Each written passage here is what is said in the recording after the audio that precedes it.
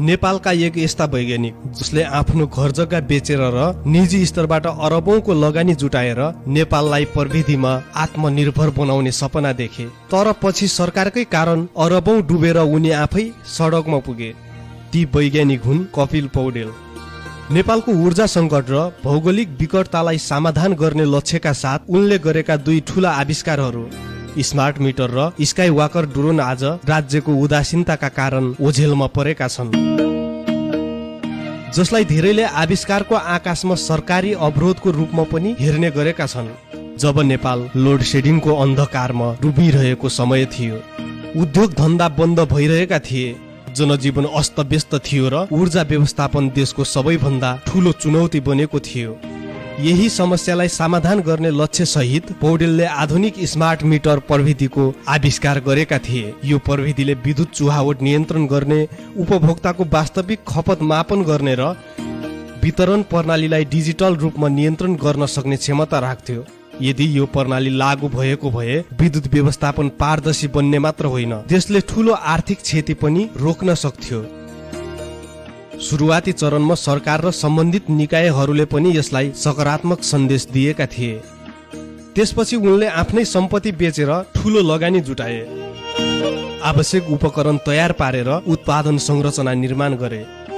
तर जब यो प्रविधि व्यापक रूपमा लागू गर्ने समय आयो, निर्णय अचानक फेरियो।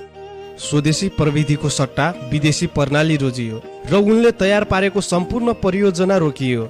यसले उनलाई ठूलो आर्थिक क्षति मात्र होइन, वर्षौंको मेहनत समेत गुमाउन बाध्य बनायो। ऊर्जा क्षेत्रमा निराशा सामना गरेपछि पनि उनले प्रयास भने छोडेका थिएनन्। नेपालको विकट भूगोललाई ध्यानमा राख्दै उनले स्काई वाकर नामको कार्गो ड्रोन निर्माण गरे। यो ड्रोन विशेष रूपमा भारी सामान बोक्न सक्ने क्षमता सहित डिजाइन गरिएको थियो, जसले हिमाली र पहाडी भेगमा ढुवानी प्रणालीलाई नयाँ स्वरूप दिन सक्थ्यो। यो प्रविधि प्रयोगमा आएको भए दुर्गम गाउँबाट कृषि उत्पादन बजारसम्म पुर्याउन, जडीबुटी संकलनलाई सहज बनाउन र आपतकालीन अवस्थामा औषधि तथा राहत सामग्री छिटो पुर्याउनमा ठूलो परिवर्तन ल्याउन सक्थ्यो। यस ड्रोनको परीक्षण दुर्गम क्षेत्रमा सफलतापूर्वक सम्पन्न पनि गरिएको थियो। स्थानीय स्तरमा यसप्रति आशा पनि देखियो, तर व्यावसायिक प्रयोगका लागि आवश्यक नीति र अनुमति प्रक्रिया अत्यन्तै जटिल बने। स्पष्ट सरकारी सहयोग नपाउँदा परियोजना विस्तार हुन सकेन र अन्ततः यो आविष्कार पनि प्रयोगविहीन अवस्थामा सीमित भयो।